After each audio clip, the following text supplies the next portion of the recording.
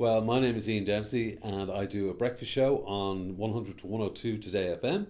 We're located in Marconi House. This is one of our many busy office rooms, and we're in here. I think we've got about 10 minutes or so. I do the breakfast show every morning between 7 o'clock and 9. I've been working on breakfast shows for quite some time now. I can't imagine doing anything else. But I've found that having a kind of a outside influence coming in to talk to us in the form of somebody like Mark Story has been absolutely brilliant, and we have participated in many of the Learning Waves ideas and seminars that they've had. So I find it very, very useful, and delighted that they exist and they are there to help us through our day.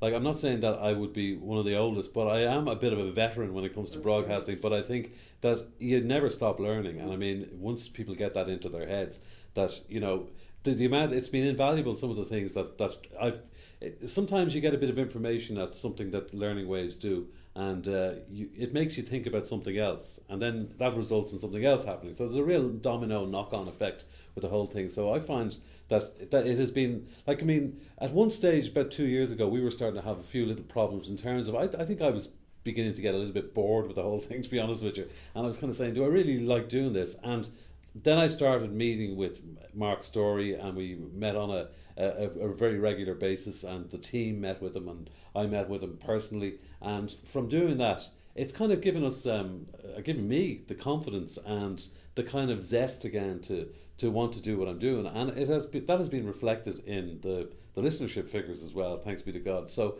I mean, it has been really useful, and as I said a little while ago, I mean, the idea that somebody is not somebody that you work with every day and not somebody that is here all the time, I think is a great idea, because they've got a more of an aerial view of the situation. It's a little bit like when you see other countries writing about Ireland. It's kind of an interesting take on it, because they can see the whole picture, whereas there's no agendas. There's no I have to work with this guy, I better not say this, I better not say that. I think you can be a little bit more open about the whole thing, So from that point of view, I find it absolutely brilliant and invaluable, and long may it continue.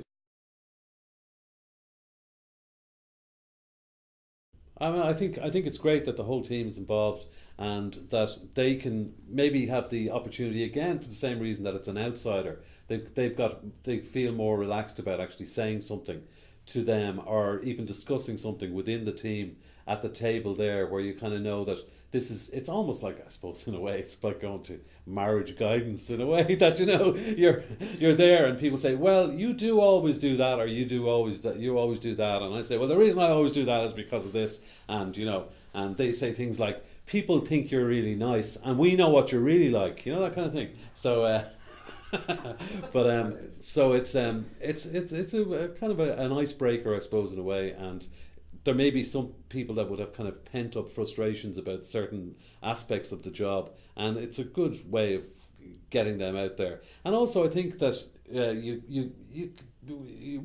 we work, and it's almost like an assembly line when you're doing it all the time, and you're once you finish one show, you're going on to the next show, and you're talking about the next day, and there's a kind of a rhythm, and there's a way of doing it, and every now and again it's good to kind of stop that.